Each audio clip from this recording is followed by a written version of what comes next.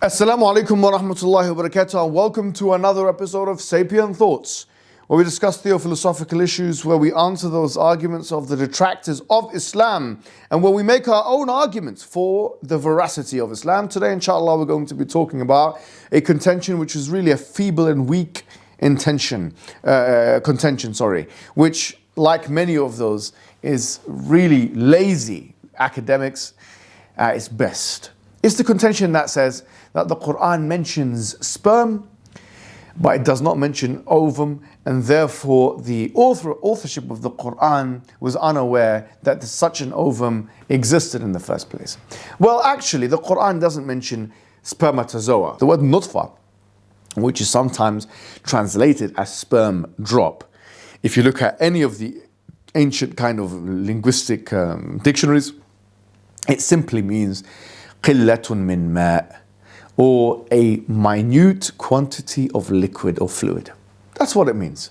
Now, some translators have translated this to mean spermatozoa, or not even that, sperm drop, or something like this. But that is us putting our own kind of 21st century glasses on and imposing it on the Quran. The Quran, even now, the Arabs, when they're talking about, when they write in their kind of scientific textbooks about sperm, they call it al-haywan al-manawi. Okay, it's basically the animal, which a sperm animal, you know. This is how they would translate it, because the word nutfa is not specific enough to that very, sperm that we see in diagrams. I'm sure you've seen in pictures and so on, in films or whatever it may be. So the Quran doesn't mention that, nor does it mention the egg. It doesn't mention the egg, and it's because no one would understand this. I mean, think about the Quran is trying to reach out to a 7th century, 8th century, 9th century audience, not just a 21st century audience. Imagine if it's telling the end user here that inside of the sperm that comes out or you emit as a man, there is actually animals in there. Or the people would be like, what's this talking about? I mean, think about that. The Quran uses phraseology which is appropriate for all peoples in all times. It uses perfect phraseology which we, as for example 21st century end users of the Quranic discourse, can understand, with for example the biological and embryological understanding of today. But also that it couldn't alienate the 7th or 8th century or 9th century or 10th century people up until the age when the microscope was developed. This is foolishness at its core, really, this assumption. So yes, it doesn't mention the sperm in that sense, it doesn't mention the ovum in that sense, but the indications, to be quite honest with you, are all there that show that the authorship of the Quran, or the author of the Quran was acutely aware.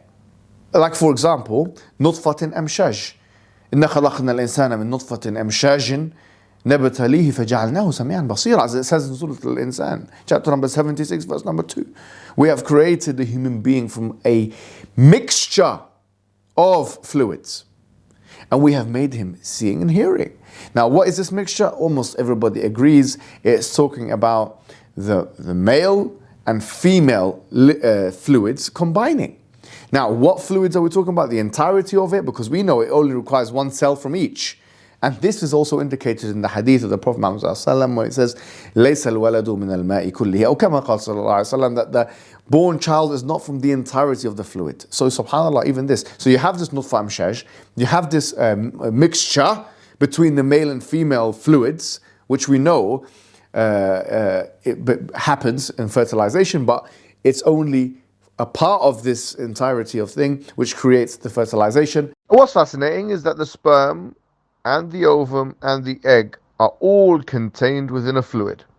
And this is beautifully elaborated with the one who says, Utid Jawama al-Kalim, I've been given the brief and decisive speech, who's the Prophet Muhammad ﷺ, who said that it's not from the entirety of this liquid, but it's actually from a part of it. So this, it seems to me, that is the author of the Quran and the Sunnah as well was aware of these the minutiae related to these things.